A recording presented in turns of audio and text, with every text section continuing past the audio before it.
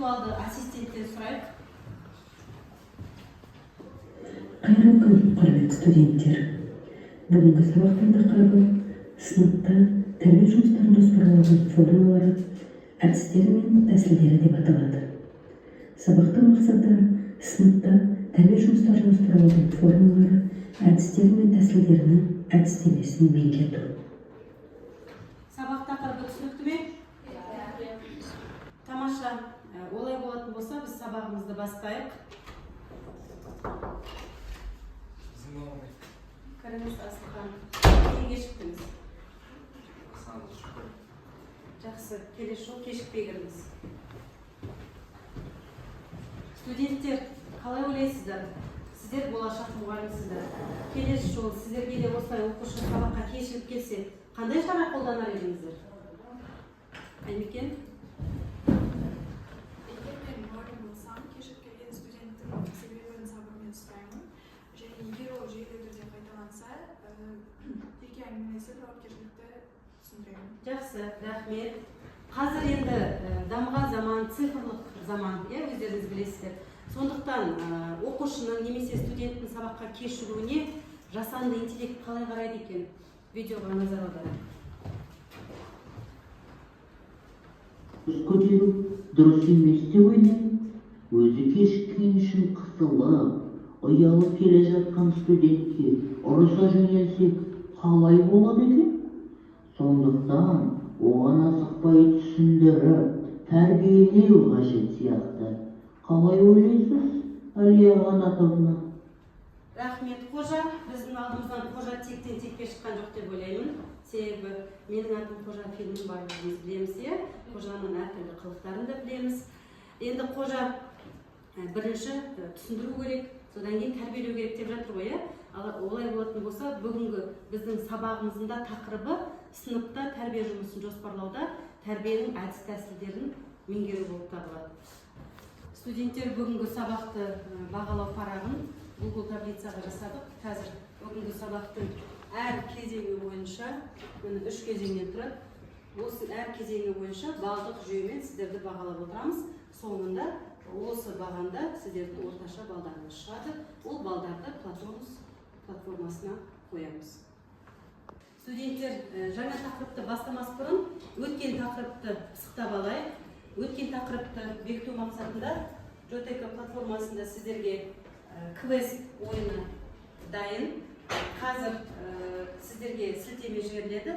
Сол сілтемеге кіріп, өткен тақырыпты қайталап бекітіп шығайық.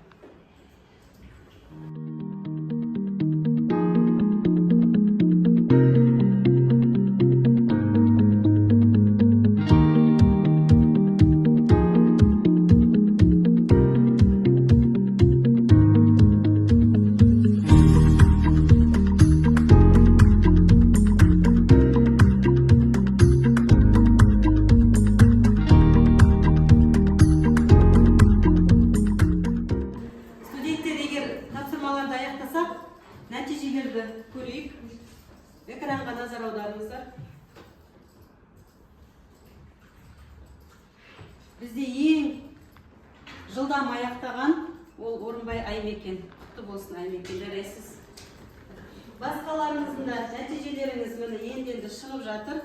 Білесіздер, есік барлық сұраққа дұрыс жауап бергенде ғана ашылады. Жарайсыздар, студенттер, квест ойыны бойынша керемет нәтиже көрсеттіңіздер. Олай болса, сабағымыздың жаңа тақырыбына көшейік.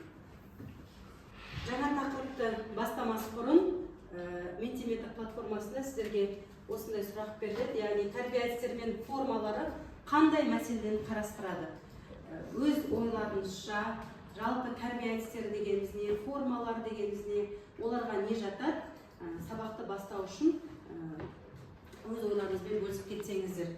Menticom платформасына міне берілген кодты жазыңыздар. 83 99 31 67.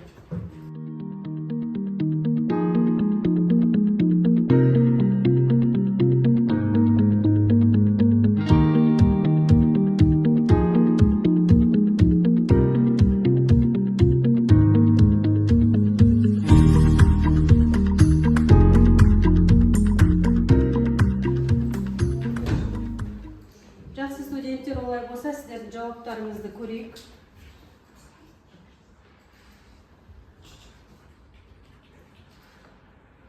Тәрбие мақсатына жету жолы, тұлға тәрбиелеу, өзара әрекет, адамгершілік, құндылықтар, рухани тәрбие, ықпал ету, тәртіп пен жауапкершілік деп жазыпсыздар, өте жақсы.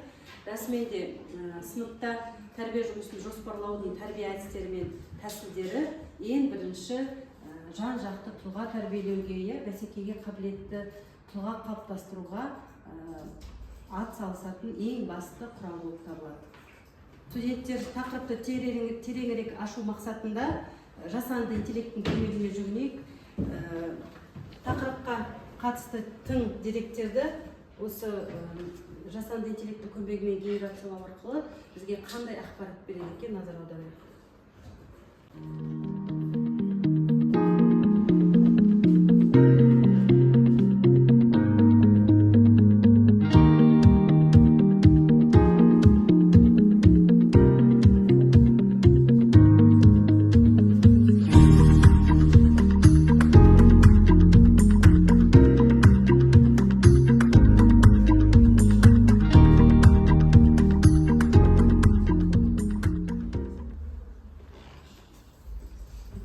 Міне көріп тұрғандарыңыздай, жасанды интеллект бізге тақырыпқа қатысты әртүрлі мәліметтерді, тапсырмаларды да, сөздіктерді де дайындап қойды. Енді қазір сіздерге тапсырма осы жасанды интеллекттің DeepSeek платформасында берілген мәліметтерді оқулықтағы мәліметпен салыстырмалы талдау жасаймыз. Студенттер, қазір сіздерге шығармашылық тапсырма беріледі. Яғни компьютерде жасанды интеллекттің көмегімен видеоролик жасауларыңыз керек. Ол видеороликке қойылатын критерийлер алдарыңызда экранда тұр. Яғни біріншіден бағалау критерийлері экранда көрсетілген болу керек. Тек жасанды интеллекттің платформаларын пайдалану қажет. Ұзақтығы 20 секундтан 1 минутқа дейін болу қажет. Видеороликтің форматы мультфильм, анимация немесе тағы да басқа түрінде болуы тиіс. Видеода тақырыптың мазмұны ашылу керек. Регламент 25 минут.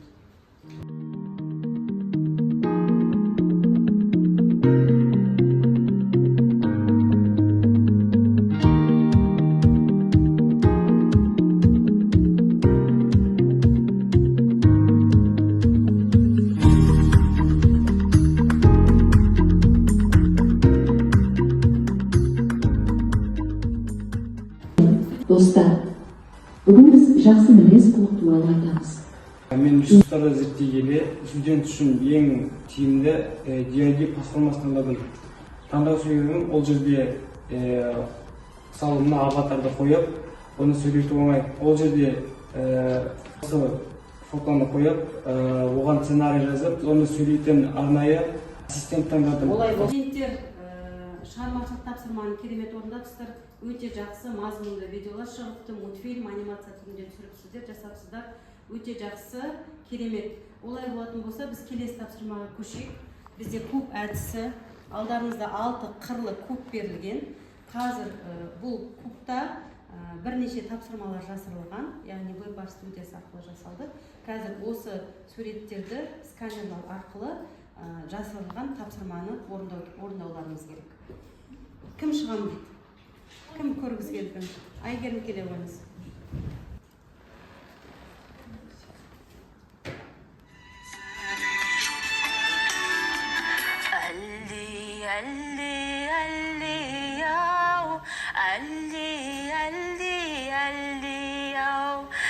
Бұл жерде біз көріп отырғандай ананың балаға деген ең бірінші мейірімділік, сезімнің бәрін байқауға болады.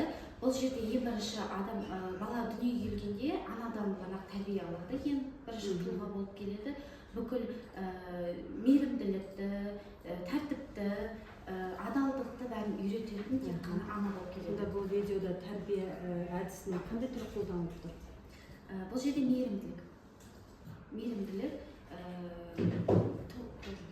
Үлгі әдісі, үлгі әдісі, үлгі-өнеге мадақтау әдістері бар, және де балаға демеу беру әдістері бар. Жақсы, рахмет Айгер, отыра қойыңыз.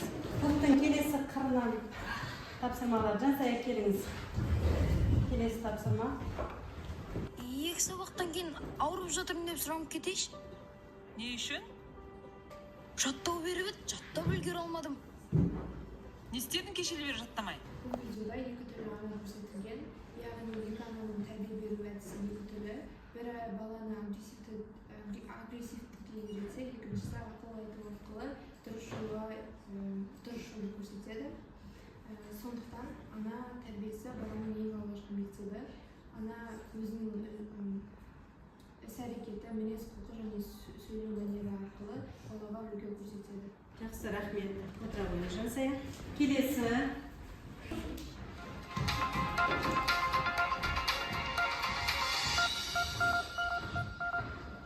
Жыл сайын маусымның 28 күні елім ақпараттардың тәрбиеге алатын орны ол бір желі арқылы баланың керекті мәлімет тауып тәрбиесін жақсы жаққа бөледі. Жақсы, рахмет. Отыра қойыңыз. Соңғы тапсырма қалды. Ақ жақын келе қойыңыз.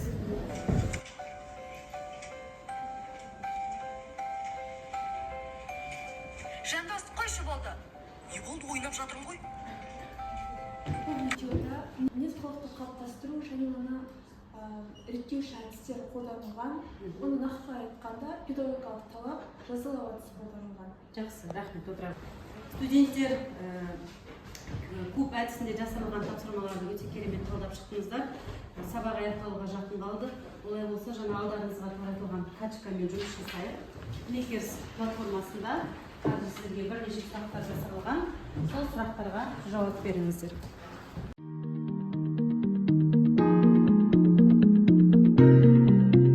Бірінші сұрақты оқимын.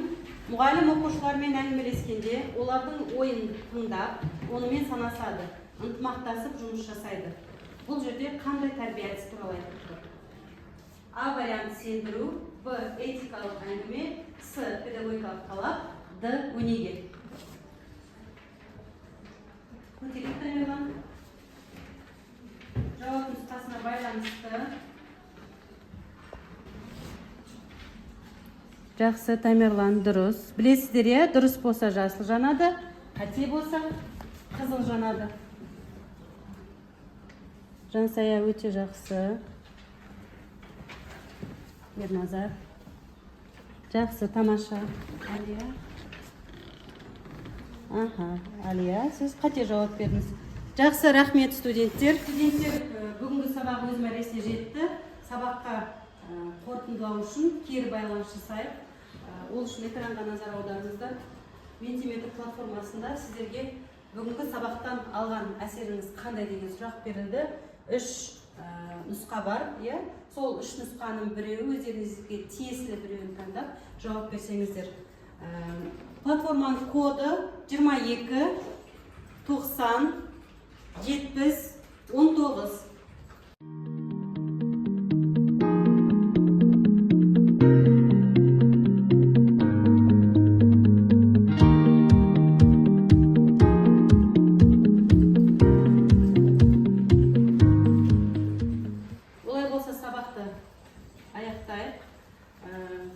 Бүгінгі сабақтан алған әсерлеріңізді керемет деп белгілепсіздер, өте жақсы, мен қуаныштымын. Яғни бүгін сіздер аталған тақырып бойынша жақсы жұмыс жасап, нәтижелі жұмыс көрсеттіңіздер.